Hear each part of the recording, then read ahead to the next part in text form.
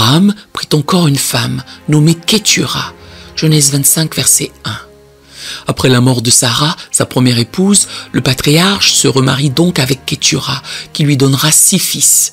Elle lui enfanta Zimran, Jokshan, Médan, Madian, Gisbak et Choua. Genèse 25, verset 2. Voilà tout ce que la Bible nous révèle directement sur cette femme qui partagea les dernières années de la vie d'Abraham. Mais son statut exact fait débat. Était-elle véritablement son épouse ou juste sa concubine? Dans le livre des Chroniques, elle est en effet qualifiée de concubine. Fils de Kétura, concubine d'Abraham. 1 Chronique 1, verset 32. Or, la concubine dans la tradition biblique, sans être une épouse légitime, entretenait une relation suivie et exclusive avec un homme, lui donnait des enfants, mais restait de condition inférieure à la véritable épouse. Il semble donc que Kétura ait commencé comme concubine d'Abraham, avant d'être ensuite considérée comme sa femme, ce qui expliquerait la double mention dans les Écritures. Quoi qu'il en soit, il apparaît clairement qu'elle n'a pas eu le prestige et la dignité de Sarah aux yeux du peuple élu. La Bible ne lui accorde pas le même honneur qu'à Sarah, la véritable matriarche de la lignée d'Abraham. Écoutons ce que déclare l'apôtre Pierre à propos de Sarah. Sarah obéissait à Abraham et l'appelait son Seigneur. C'est d'elle que vous êtes devenues les filles, en faisant ce qui est bien sans vous laisser troubler par aucune crainte. 1 Pierre chapitre 3 verset 6. Sarah demeure le modèle biblique de l'épouse selon le cœur de Dieu, pleine de vaillance et de foi.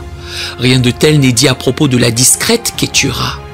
Pourtant, malgré son statut effacé d'épouse de second rang, Kétura a participé au dessein providentiel de Dieu en mettant au monde 6 fils d'Abraham. Et ces fils vont devenir les ancêtres de tribus arabes établies à l'est du pays d'Israël. Ainsi, la postérité de Kétura est intimement liée à l'histoire du peuple élu. Notamment, l'Écriture nous apprend que la tribu des Madianites trouve son origine dans le fils Madian, né de Kétura. Les fils de Madian furent Épha, Épher, Enoch, Abida et Elda. Ce sont là tous les fils de Kétura. Genèse 25, verset 4. Cette tribu madianite aura des liens étroits avec Israël, puisque fuyant l'Égypte, Moïse trouvera refuge au pays de Madian. Moïse s'enfuit de Pharaon et se retira dans le pays de Madian, où il s'arrêta près d'un puits. Exode 2, verset 15. Là, il rencontrera Séphora, la fille du sacrificateur de Madian, qui deviendra sa femme. Ainsi, la descendance de Kétura est directement mêlée à l'histoire du peuple élu et de ses débuts. La discrète Kétura nous enseigne une leçon importante. Dans le dessein mystérieux de Dieu, chaque personne a un rôle précis à jouer, si modeste que puisse paraître sa condition ou ses capacités. Même ceux qui semblent relégués à l'arrière-plan de l'histoire contribuent à la réalisation de la volonté providentielle. Rien n'est jamais négligeable ou secondaire aux yeux du Seigneur. Écoutons ce que dit l'apôtre Paul. Dieu a choisi les choses folles du monde pour confondre les sages. Dieu a choisi les choses faibles du monde pour confondre les fortes. Et Dieu a choisi les choses viles du monde et celles qu'on méprise, celles qui ne sont point, pour réduire à néant celles qui sont. 1 Corinthiens 2, versets 27 à 28. Oui, le dessein de Dieu s'accomplit souvent à travers les petits, les faibles, ce que le monde ne voit pas. Comme Kétura accueillant Abraham et mettant au monde les fils de la promesse divine, nous sommes tous appelés à accueillir avec humilité et confiance le rôle unique que le Seigneur veut nous confier. Rien n'arrive au hasard dans l'histoire du salut. Chacun est précieux aux yeux de Dieu et appelé à servir à sa place l'avènement de son règne d'amour. Certes, à l'image de Kétura, nous pourrions parfois nous sentir relégués au second plan, ignorés ou peu favorisés aux yeux des hommes. Mais sachant garder nos regards fixés sur le Christ.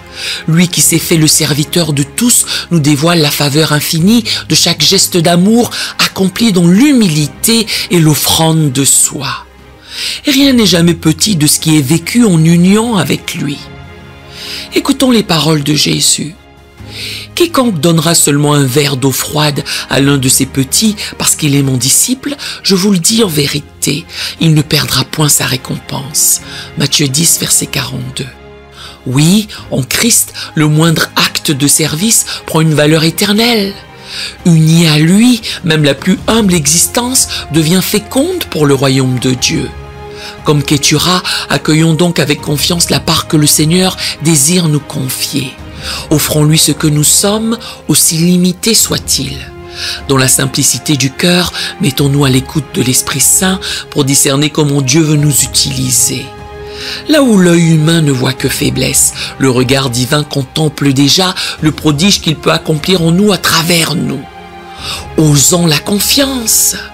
Méditant sur Kétura, la figure de Kétura, femme humble et discrète, mais ô combien précieuse au dessein de Dieu.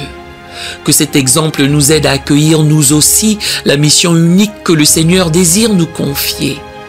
Puissions-nous avancer avec confiance et joie sur le chemin devant nous sans jamais nous décourager.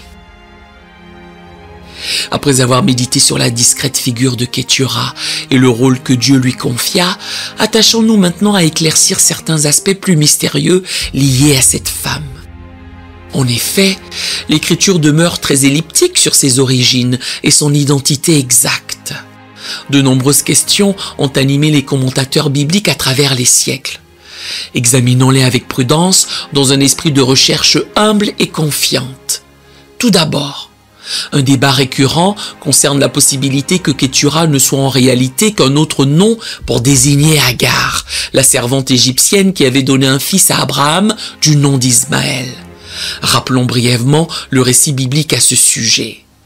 Après des années de stérilité, Sarai, l'épouse d'Abraham, lui donna sa servante Agar comme concubine pour qu'elle lui donne un enfant.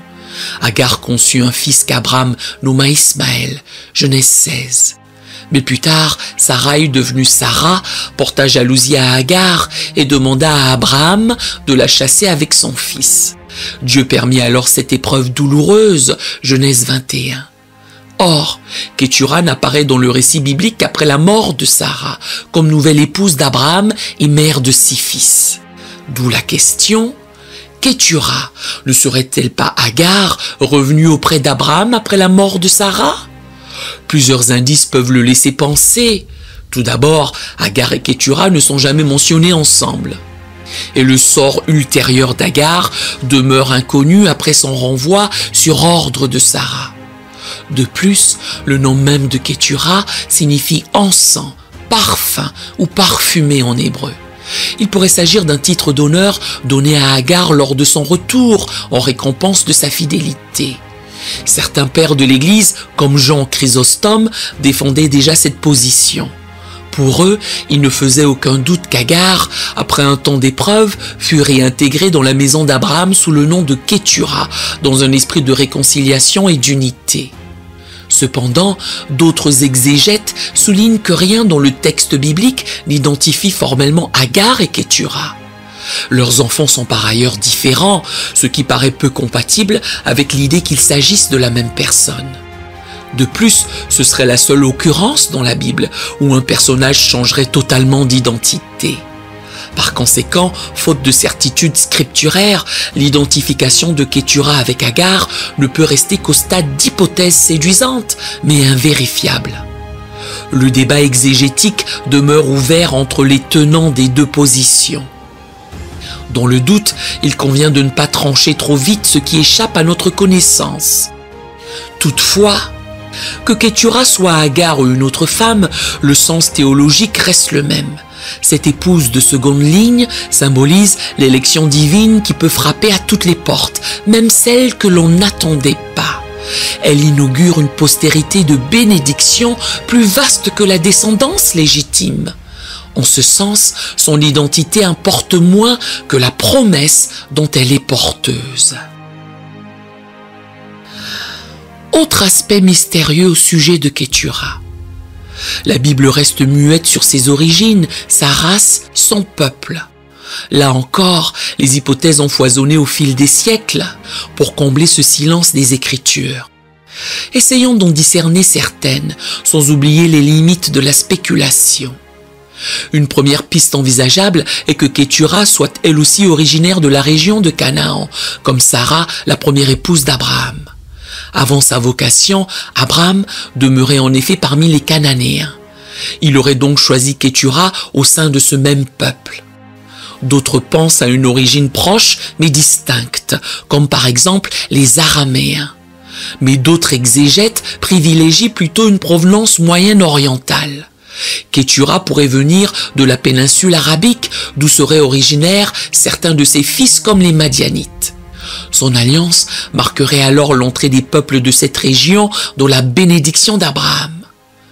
Plusieurs pères de l'Église, tel Augustin, estiment que Kétura pourrait venir de pays encore plus lointains, comme l'Éthiopie ou le sud de l'Égypte. Sa descendance évoquerait ainsi l'universalité du salut en Jésus-Christ, s'étendant à toute l'humanité. Enfin, comme nous l'avons vu plus haut, le nom même de Kétura signifie encens, parfum en hébreu. Certains en déduisent des origines liées à des régions productrices d'épices, comme l'Arabie ou le Yémen.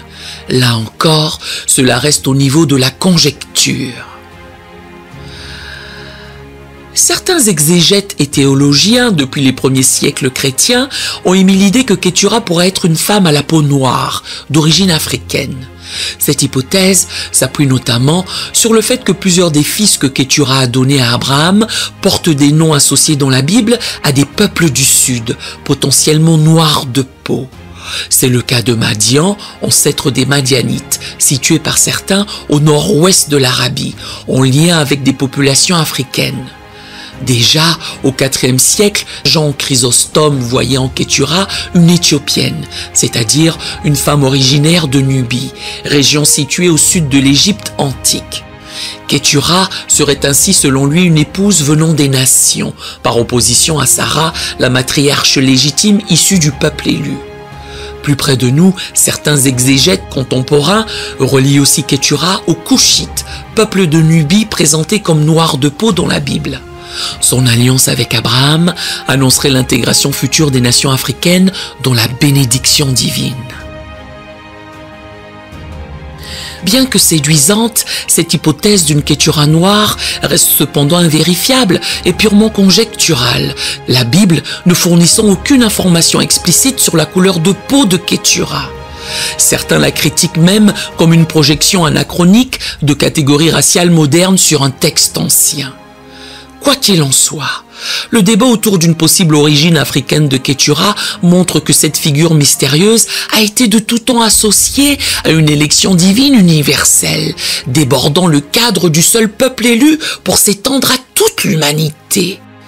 Au terme de ce survol, force est de constater que les origines ethniques de Kétura demeurent obscures, faute de précision scripturaire. Mais l'essentiel n'est-il pas ailleurs ? Plus qu'une race déterminée, Kétura représente une élection divine inattendue, une grâce d'intégration offerte par-delà les frontières habituelles. Son identité mystérieuse reflète l'universalité de la révélation. Ainsi, la personne même de Kétura reste entourée de zones d'ombre qui ont stimulé la réflexion exégétique, mais résistent à nos catégories. C'est une invitation à l'humilité. La parole de Dieu conserve des aspects qui échappent à notre entendement. Les Écritures ne livrent pas toute leur richesse d'un seul coup. Il nous faut progresser avec patience, sans forcer les textes dans des schémas tout faits. Soyons donc prudents avec les théories hasardeuses. Mais sachons aussi accueillir ces mystères bibliques comme un rappel à creuser sans cesse les trésors de la révélation. L'Esprit Saint nous introduit peu à peu dans la compréhension des Écritures si nous les abordons avec un cœur humble et docile. La pleine clarté nous sera donnée dans la Jérusalem céleste lorsque nous verrons Dieu face à face. En attendant, cheminons à la lumière qui nous est offerte en rendant grâce. Après cette réflexion sur l'énigme que représente Kétura, tournons maintenant nos cœurs vers le Seigneur Jésus. En méditant cette figure mystérieuse, nous touchons en effet aux limites de nos capacités d'investigation. Plus nous creusons les Écritures, plus le mystère grandit. Nous renvoyons à notre condition de créature devant son Créateur. Seul le Christ est la clé qui ouvre pleinement les trésors de la révélation. lui, le Verbe incarné, qui révèle le sens ultime de toute l'écriture, lui qui est la sagesse et la vérité descendue dans notre nuit. Si Kétura nous échappe en partie, le Christ, lui, s'est rendu totalement connaissable en se faisant l'un de nous. Comme le dit le prologue de l'évangile de Jean, « Personne n'a jamais vu Dieu. Le Fils unique qui est dans le sein du Père est celui qui l'a fait connaître. » Jean 1, verset 18. Oui, toute méditation de l'Ancien Testament doit nous renvoyer au Christ qui en est la clé de voûte, le cœur, le sommet.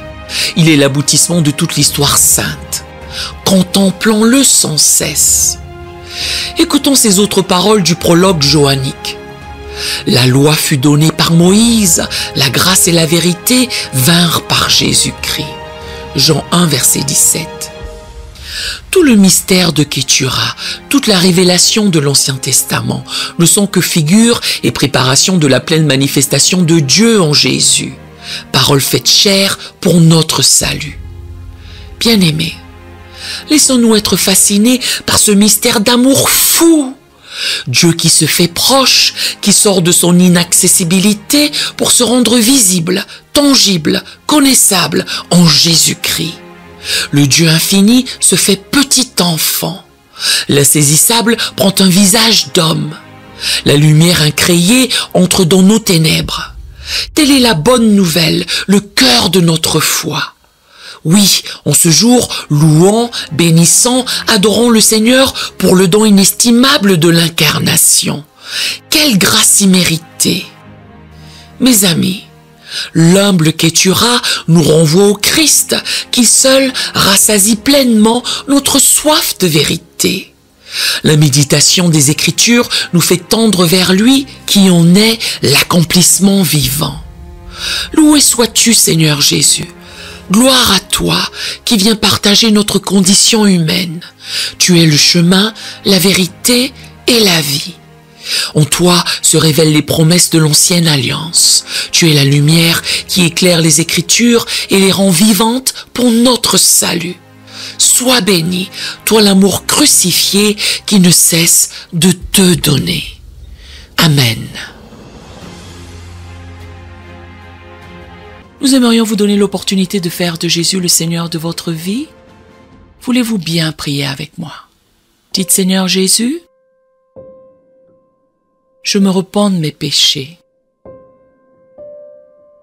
Viens dans mon cœur.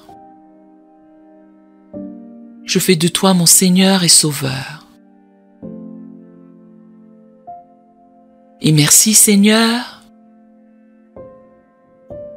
pour le baptême du Saint-Esprit en moi. Dans le nom de Jésus.